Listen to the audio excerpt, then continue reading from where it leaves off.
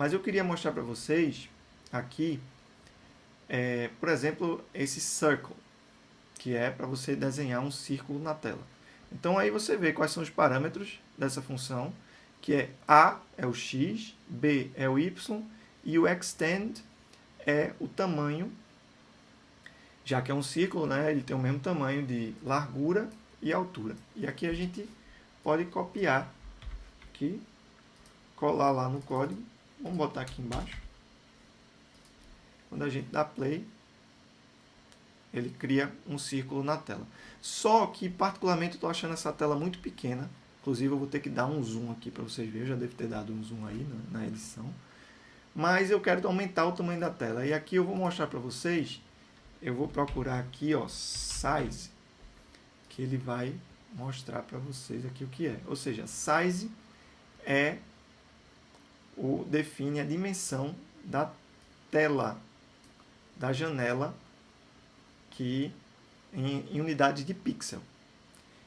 Eu acho que por default, default size, por default já é uma janela de tamanho 100 em 100. Por isso, quando a gente colocou a linha 00, 100, 100, ela meio que cruzou toda a tela, porque o tamanho da tela era 100, 100, certo? Então, o que a gente vai fazer aqui é colocar esse size aqui, vamos botar 400 para a gente ter uma tela maior, certo? Pronto, agora a gente tem uma tela grande e eu posso aumentar o tamanho do círculo aqui, que o tamanho é isso aqui, né? Se eu botar 200, só que ele está começando em algum ponto aqui, certo? E esse 200, ele é maior do que a posição onde ele está. A gente pode puxar um pouco ele mais para cá. Se a gente botar aqui 250, ele vai ficar completo dentro da tela, certo? Podia até ser menos, né? Podia até ser uma outra posição, mas tudo bem. Então é isso, tem várias coisas que vocês podem fazer aqui, mas eu queria mostrar uma coisa muito interessante, porque aqui é como se fossem, desse jeito que a gente está rodando, que é um jeito direto mesmo, a gente já está desenhando as coisas na tela, ele não permite uma interação. Então, quando ele coloca o círculo lá na posição 250, 250, ele vai ficar lá e o programa vai ficar parado lá, travado, certo?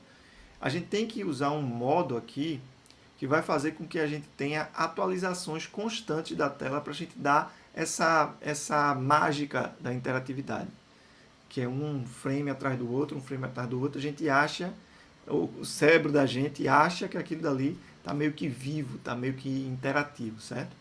E aí tem um formato que é o seguinte, são algumas funções que você define aqui, que é o setup e o draw. São duas funções que são já prontas aí de processing, que é para lidar com essa interatividade, com esse modo interativo, certo?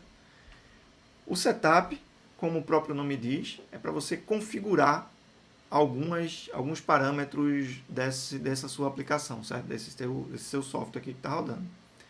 Ele só é rodado uma vez. A primeira vez que o programa roda, ele chama o setup roda só uma vez e depois, continuamente, ele vai chamando o draw. E o draw é chamado para cada vez que tem um frame na tela, certo? Eu acho que por padrão são 30 frames por segundo que o processing trabalha. A gente pode até mudar isso depois, mas por default é 30 frames por segundo. Então, cada frame, ou seja, a cada 1 sobre 30 segundos, a gente tem uma chamada para essa função draw, certo?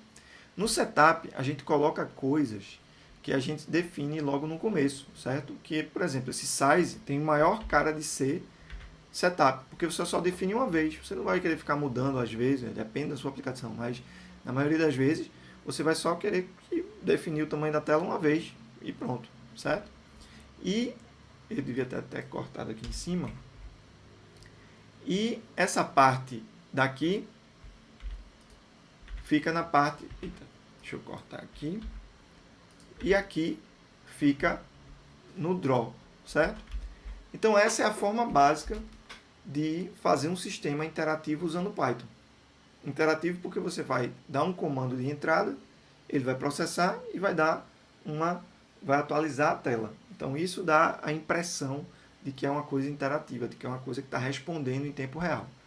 Mas aí se a gente roda aqui, nada acontece. Está a mesma coisa, está até mais, né? Está aí de boa, mesma coisa que estava acontecendo antes. Por quê? As variáveis elas estão paradas, né? Elas estão com o mesmo valor aí, certo? E para você ter alguma coisa se movendo, alguma coisa sendo desenhada de forma diferente na tela, você tem que ter uma variação nesses valores, né? E aí o que a gente vai fazer, antes de tudo, é até mostrar para vocês aqui, antes da gente passar, que existe esse console. Essa partezinha preta aqui embaixo, ela tem uma função. Ela é um console. Então, se eu boto aqui teste,